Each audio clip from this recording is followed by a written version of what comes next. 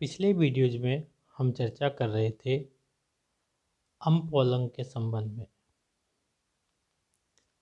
अम्पोलंग अर्थात reversal of polarity. Reversal of polarity से हमारा अभिप्राय होता है कि किसी क्रियात्मक समूह से जो जुड़ी हुई लेटेंट पोलैरिटी है, उस लेटेंट पोलैरिटी को जानबूझ करके हम रिएक्शन को फैसिलिटेट करने के हिसाब से परिवर्तित कर देते हैं। इस वीडियो में हम चर्चा करेंगे पोलैरिटी रिवर्सल या अम्पोलंग को सॉल्व करने की तरकीबों के बारे में। पोलैरिटी रिवर्सल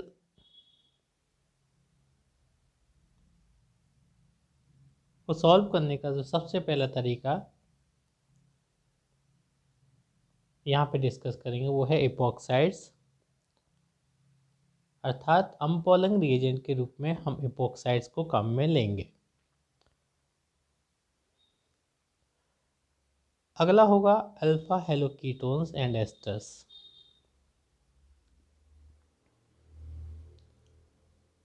उसके बाद नेक्स्ट हम लेंगे साइनाइड्स, फिर नाइट्रो कंपाउंड्स पोलैरिटी रिवर्सल के लिए, एल्काइंस पोलैरिटी रिवर्सल के लिए, 1,3-डाइथाइन और थायोएसीटेल डाइथायोएसीटेल पोलैरिटी रिवर्सल के लिए। तो सबसे पहले हम लेकर के चलें इपॉक्साइड्स। अब यहाँ पे एक टारगेट मॉलिक्यूल लिया गया है, टारगेट मॉलिक्यूल 5। अब जब हम इसमें प्रेजेंट क्रियात्मक समूह के बारे में चर्चा करें तो इसमें दो क्रियात्मक समूह हैं, एक कार्बोनिल तथा एक हाइड्रोक्सिल क्रियात्मक समूह। ये दोनों क्रियात्मक समूह एक दूसरे से 1,4 पोजीशन पर सिचुएटेड हैं। अब 1,4 जैसा हमने चर्चा किया, 1,2, 1,4, 1,6 वगैरह यदि उनकी पोजीशन है ग्रुप्स की, तो वहाँ पर डिसोनेंट पैटर्न ऑफ पोलैरिटी होगा। लेटेंट पोलैरिटी पैटर्न जो है वो डिसोनेंट होगा, अर्थात दोनों क्रियात्मक समूहों के कारण जो पोलैरिटी पैटर्न डेवलप हो रहा है वो एक दूसरे से भिन्न होगा। यहाँ पे कंसोनेंट लेटेंट पोलैरिटी पैटर्न नहीं होगा, अर्थात दोनों क्रियात्मक समूहों से उत्पन्न होने वाले जो लेटेंट पोलैरिटी है वो एक दूसरे को रीएनफोर्स नहीं करेंगे। तो सबसे पहले यहाँ पे डिसोनेंट लेटेंट पोलैरिटी पैटर्न होगा, और डिसोनेंट लेटेंट पोलैरिटी पैटर्न होने के कारण यहाँ पे हमको पोलैरिटी रिवर्सल की आवश्यकता होगी। अब इस टारगेट मॉलिक्यूल को देखें। टारगेट मॉलिक्यूल में जैसे हमने पहले चर्चा की 1,4 रिलेशनशिप है, और जो है डिसोनेंट लेटेंट पोलैरिटी पैटर्न हो रहा है, तो इससे बनने वाले सिंथोन्स पे चर्चा करें। लेकिन अगर हम बीच में देखें तो यहाँ पर जो डिस्कनेक्ट हो रहा है वो कार्बन कार्बन बॉन्ड डिस्कनेक्ट हो रहा है। तो इसकी वजह से इस रिस्टोसिंथेसिस एरो के ऊपर हमने लिखा CC, अर्थात वहाँ पर कार्बन कार्बन बॉन्ड का डिस्कनेक्शन हो रहा है। अब जो बनने वाले सिंथोन्स हैं वो सिंथोन्स आप देखें कि जब हमने डिस्कनेक्ट किया तो कार्बोनिल से एडजेसेंट कार्बन पर वो कार्बन जो मौजूद है, उसके हाइड्रोजन जो मौजूद हैं, वो नेगेटिव सिंथोन्स का निर्माण हुआ। अब जब ये हिस्सा अगर नेगेटिव हो गया तो ऑब्वियसली दूसरा वाला जो हिस्सा है वो हिस्सा आपका पॉजिटिव बनेगा। तो दो सिंथोन्स बने। पहले वाले सिंथोन में जिसमें कार्बोनिल ग्रुप है, कार्बोनिल ग्रुप की वजह से कार्बोनिल कार्बन का कार्बन पॉजिटिवली चार्ज माना जाएगा लेटेंट पोलैरिटी के हिसाब से, और एडजेसेंट जो कार्बन है वो नेगेटिव चार्ज माना जाएगा। तो यहाँ पर इस सिंथोन्स के सापेक्ष में हमको पोलैरिटी रिवर्सल की आवश्यकता नहीं है। तो इसका जो सिंथेटिक इक्विवेलेंट हुआ वो एसीटोन हुआ। अब हम दूसरा जिसमें कि हाइड्रोक्सिल ग्रुप वाला जो सिंथोन है, उस हाइड्रोक्सिल ग्रुप वाले सिंथोन पर जिस कार्बन पर हाइड्रोक्सिल समूह जुड़ा हुआ है, हाइड्रोक्सिल समूह की वजह से उस कार्बन पर लेटेंट पोलैरिटी पैटर्न पॉजिटिव होगा और उस वजह से जिसके एडजेसेंट कार्बन पर जो पोलैरिटी आएगी वो नेगेटिव आनी चाहिए। इसके विपरीत यहाँ पर जो सिंथोन बना, हम पहले वाले में हम नेगेटिव बना चुके हैं, कार्बोनिल ग्रुप के एडजेसेंट कार्बन पर हम नेगेटिव बना चुके हैं, क्योंकि वहाँ पर कार्बोनिल ग्रुप है तो उसको ऑब्वियसली नेगेटिव बनाना ही सबसे उपयुक्त होगा। तो इस OH वाले पर के एडजेसेंट कार्बन पर पॉजिटिव है, लेटेंट पोलैरिटी कंसेप्ट के हिसाब से इस पर नेगेटिव होना चाहिए। तो यहाँ पर इस पर्टिकुलर सिंथोन के लिए हमको अम्पोलंग की आवश्यकता पड़ेगी। तो ये एक अम्पोलंग सिंथोन है।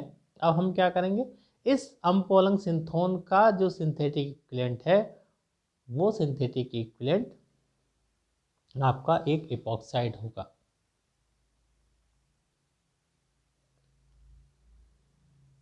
जब इपॉक्साइड आपका उसके सिंथेटिक इक्विवेलेंट के या रिएजेंट के रूप में काम में लिया जाएगा तो वो आराम से, इसकी रिंग जो है बहुत स्ट्रेंड होती है जिसकी वजह से आसानी से वो रिएक्शन कर लेगा।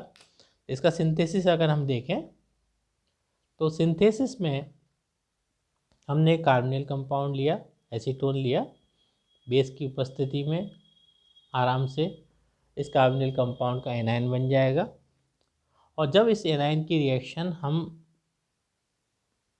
इपॉक्साइड से कराएंगे तो हमको टारगेट मॉलिक्यूल 5 प्राप्त होगा।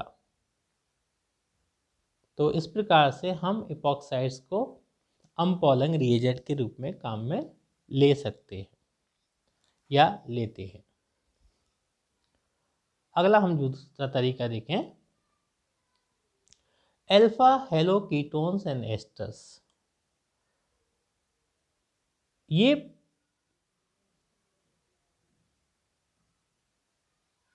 एक बहुत ही आसान तरीका है मिसमैच लेटेंट पोलैरिटी को मैच कराने के हिसाब से। It is an easy solution to mismatched latent polarity. अब इसमें हम करते क्या है कि जो अम्पोलंग सिंथोन होता है और जिस कार्बन की पोलैरिटी मिसमैच्ड है उस कार्बन पर हम एक हेलोजन डाल देते हैं। अब हेलोजन एक बेटर लिविंग ग्रुप होने की वजह से सामान्यतः ब्रोमाइड का इस्तेमाल करते हैं। Bromide leaving group ability overrides the inherent latent polarity pattern imposed by carbonyl group.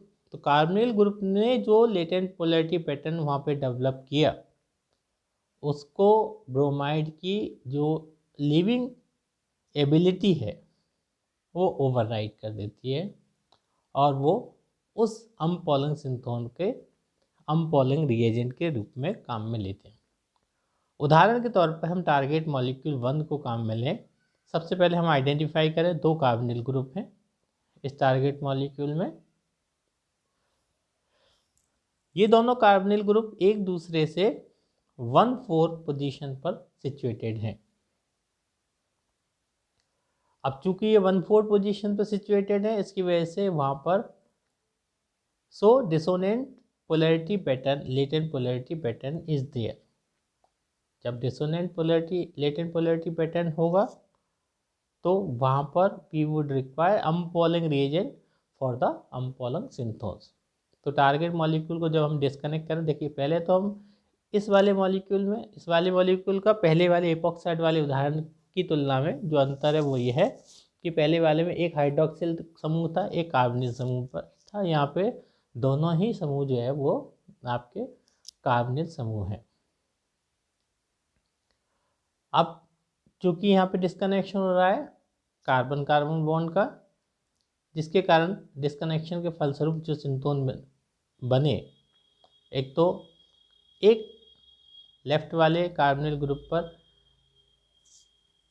उसके एडजेसेंट कार्बन पर नेगेटिव पोलैरिटी आई और वहाँ पे कोई पोलैरिटी का मिसमैच नहीं है। कार्बोनिल समूह का जो ऑक्सीजन है वो कार्बोनिल समूह के कार्बन पर पॉजिटिव पोलैरिटी डेवलप कर रहा है, जबकि एडजेसेंट कार्बन पर वो नेगेटिव लेटेंट पोलैरिटी डेवलप करेगा। तो पहले वाले सिंथोन नंबर 2 में हमको कोई पोलैरिटी मिसमैच नहीं है। अब दूसरे वाले में देखें, जब ये नेगेटिव पार्ट हो गया तो ऑब्वियसली दूसरा जो हिस्सा है वो दूसरा जो सिंथोन है वो सिंथोन आपका पॉजिटिव वाला होगा। तो कार्बोनिल समूह के एडजेसेंट कार्बन पर दूसरे सिंथोन, जिसको कि यहाँ 3 नंबर नाम दिया गया है, उस पर पॉजिटिव लेटेंट पोलैरिटी है।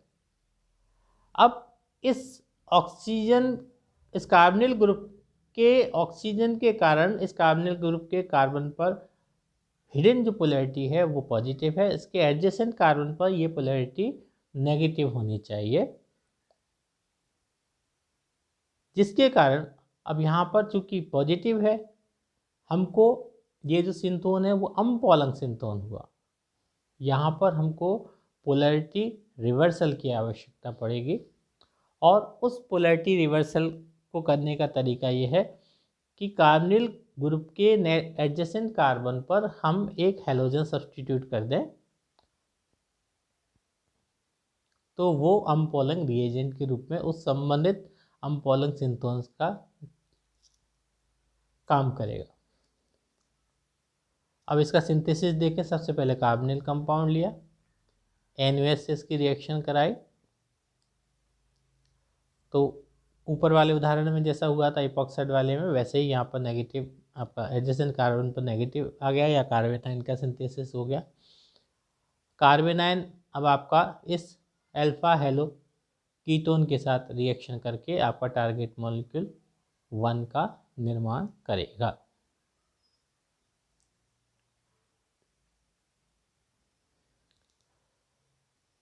अगला जो तरीका है रिवर्सल ऑफ पोलैरिटी या पोलैरिटी रिवर्सल का या अम्पॉलंग का, cyanides. Hydrogen cyanides adds to aldehyde and ketone to give cyanohydrin as the adducts. सबसे पहले आप जानते हैं कि कार्बोनिल ग्रुप की जो रिएक्शंस होती हैं वो न्यूक्लियोफिलिक एडिशन रिएक्शंस होती हैं। अब हाइड्रोजन साइनाइड जो है वो कार्बोनिल ग्रुप के साथ एडिशन रिएक्शन करके साइनोहाइड्रेन का निर्माण करता है, जिसमें कि एक ही कार्बन पर एक हाइड्रोक्सिल समूह तथा एक कार्बोक्सिलिक समूह एक साइनो समूह मौजूद होता है। अब ये जो साइनाइड समूह है वो साइनाइड समूह जब हाइड्रोलाइज किया जाता है तो सामान्य पूर्व की केमिस्ट्री के हिसाब से वो हाइड्रोलिसिस करके COOH ग्रुप में आसानी से कन्वर्ट किया जा सकता है। The cyanide functions may be further modified, that is hydrolysis of cyanohydrins gives 2-hydroxycarboxylic acids. Cyanide has acted upon as the synthetic equivalent of the synthone negative COOH, in which the negative charge is located on the carbonyl carbon. अब यहाँ पे जो negative सिंथोन है, negative COOH सिंथोन जो है अम्पॉलंग सिंथोन होगा। ये सामान्यतः एग्जाम में पूछा जाने वाला प्रश्न है कि इसका सिंथेटिक इक्विवेलेंट क्या होगा या इसका रिएजेंट क्या होगा। Then cyanide is the reagent, आपको सिंपल आंसर लिखना है। अब इस टारगेट मॉलिक्यूल 7 के डिस्कनेक्शन पर विचार करें। सबसे पहले जब हम इसको आइडेंटिफाई करते हैं तो जो दो ग्रुप इसमें टारगेट मॉलिक्यूल 7 में है, एक हाइड्रोक्सिल समूह और दूसरा COOH ग्रुप। ये दोनों जो ग्रुप है वो एक दूसरे से दिखते तो एक ही कार्बन पे हैं, लेकिन इनमें जो फंक्शनल ग्रुप की स्थिति है वो 1-2 है। तो जैसा हमने बताया 1-2 रिलेशनशिप, 1-2, 1-4, 1-6, इनमें डिसोनेंट पोलैरिटी पैटर्न आपको देखने में मिलेगा। जब हमने इसको डिस्कनेक्ट किया तो आपके पास R पॉजिटिव OH, अर्थात जिस कार्बन पर हाइड्रोक्सिल समूह था उस कार्बन पर लेटेंट पोलैरिटी पॉजिटिव है। तो ऑब्वियसली हम देखते हैं कि यहाँ पर क्योंकि हाइड्रोक्सिल समूह से जुड़े हुए कार्बन पर पॉजिटिव लेटेंट पोलैरिटी ही होनी चाहिए थी, इसकी वजह से हमको इस सिंथोन्स के लिए कोई अम्पोलंग या पोलैरिटी रिवर्सल की आवश्यकता नहीं है और इसका सिंथेटिक इक्विवेलेंट आपका हो गया एल्डिहाइड। अब दूसरा जो हिस्सा काउंटर पार्ट इसका बनेगा नेगेटिव COOH। अब इसमें देखिए कि इस COOH, नेगेटिव COOH में कार्बोनिल कार्बन पर नेगेटिव चार्ज है, जबकि ऑक्सीजन की उपस्थिति की वजह से इसमें हिडन पोलैरिटी पॉजिटिव होनी चाहिए, OH के कारण भी इस पे हो जानी चाहिए। तो ये जो सिंथोन है अम्पोलंग सिंथोन है और इस अम्पोलंग सिंथोन से संबंधित जो आपका रिएजेंट है वो साइनाइड है। तो अब हम टारगेट मॉलिक्यूल 7 के सिंथेसिस को विचार करें। सबसे पहले हमने एल्डिहाइड लिया, इसकी HCN से रिएक्शन कराई तो हमको साइनोहाइड्रिन बने और साइनोहाइड्रिन के हाइड्रोलिसिस से आपके पास जो है टारगेट मॉलिक्यूल 7 आपको प्राप्त। तो साइनोहाइड्रिन के हाइड्रोलिसिस आपको टारगेट मॉलिक्यूल 7 प्राप्त हो जाता है। अगले वीडियो में हम अम्पोलंग के दूसरे तरीकों के संबंध में चर्चा करेंगे। Thank you.